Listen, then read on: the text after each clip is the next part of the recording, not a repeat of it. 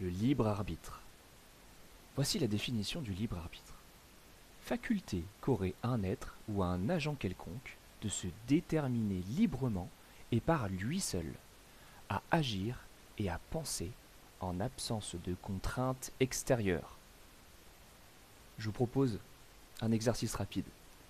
Prenez n'importe quel choix que vous auriez fait consciemment dans la journée et amusez-vous à rechercher ce qui vous a poussé à faire ce choix. Exemple, vous avez choisi de prendre un café plutôt qu'une tisane ce matin.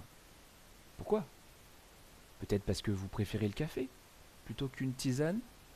Peut-être que vous pensez que le café devrait mieux vous booster pour le reste de la journée. Peut-être que vous n'aviez plus de tisane. Peut-être que, quel que soit le choix réalisé, vous trouverez toujours la cause. Vous êtes des êtres conditionnés.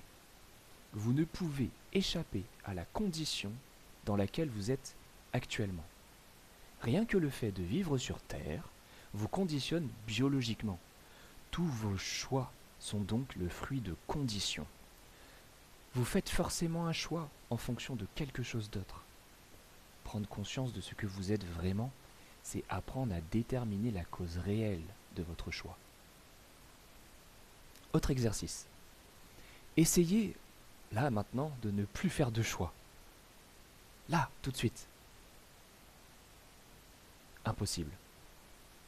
Puisque choisir de ne plus faire de choix, c'est un choix. Votre condition fait que vous ne pouvez pas ne pas choisir. Donc au final, vous n'êtes jamais libre de vos actions. Vous pensiez que vos choix vous définissaient?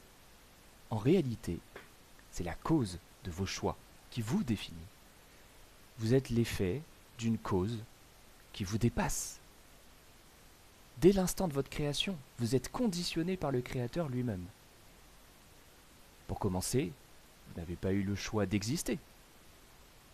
À partir de là, tout ce que vous êtes sera toujours conditionné par la création elle-même. Vous ne pouvez pas échapper à l'univers, puisqu'il est infini. Alors, je conçois que cela peut générer un choc, car beaucoup auront du mal avec cette idée, et penseront en me lisant « Mais si, mon identité est définie, non pas par moi-même, mais par une cause en dehors de moi-même. C'est que je n'ai aucun contrôle sur ma vie. Alors à quoi bon ?» Et là je vous répondrai, ce qui est top dans l'infinité, c'est que vos choix sont également infinis.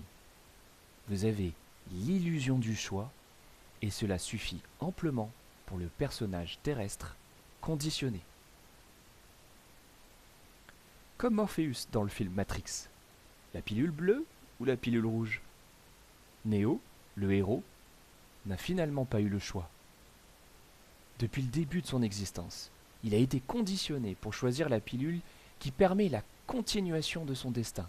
Car sans Matrix, pas de Neo. Et sans Neo, pas de Matrix. Donc, pas de choix, mais une destinée déterministe. Et pour l'univers, c'est exactement pareil. Tout est déterminé dans le temps et l'espace dans notre matrice.